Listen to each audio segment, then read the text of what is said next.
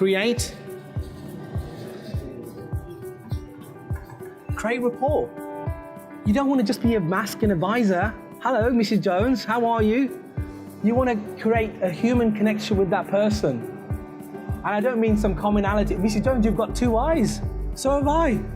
Something that relates Mrs. Jones to you.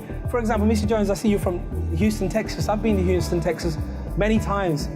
I've eaten at the Grand Lux Cafe, beautiful cafe. Where do you live in Houston? Something that creates rapport with that patient. You know why? Because that's what's going to sell ultimately your treatment, because that patient will then start to trust you.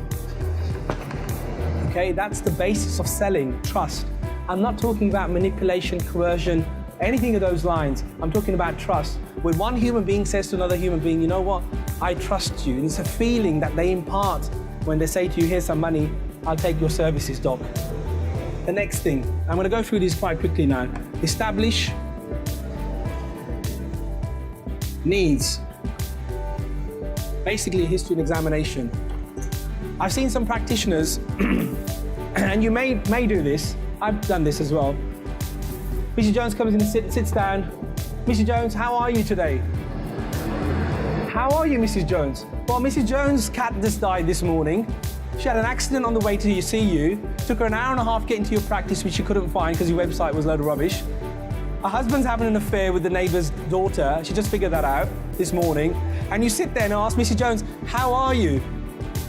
I don't think, unless you know Mrs. Jones, that's a quality question. Unless you're a psychotherapist, psychoanalyst, or a psychiatrist. Mrs. Jones, how are you? And you'll say, Mrs. Jones will say, yeah, I'm okay, on the outside. But if you're very mindful with people and you see where she really is, you'll see her contracting. Unless you know a patient, don't ask them, how are you? Because you don't know what's going on in their lives, unless you know them. The quality of your practice is going to be determined by the quality of the questions you ask. You may want to write, I don't see many people writing, unless you have photographic and autographic memories, which looks like most of you have. The quality of your practice is going to be determined by the quality of the questions you ask. A quality question would be, Mrs. Jones, how can I help you today? Mrs. Jones, how can I help you today? That's the quality question. You know why? Because she's giving you her sales pitch. She's telling you what she wants. They say in sales, to ask is to sell.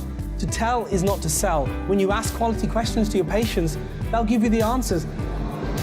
In 1993, one of my professors said this, and I remember this from 1993. He said, listen to the patient. They're telling you the diagnosis. They're telling you what's wrong with them. But sometimes we're too busy trying to sell them something and we don't hear what they're actually saying. So in the history and examination, listen to all the syntaxes and everything that the patient is saying.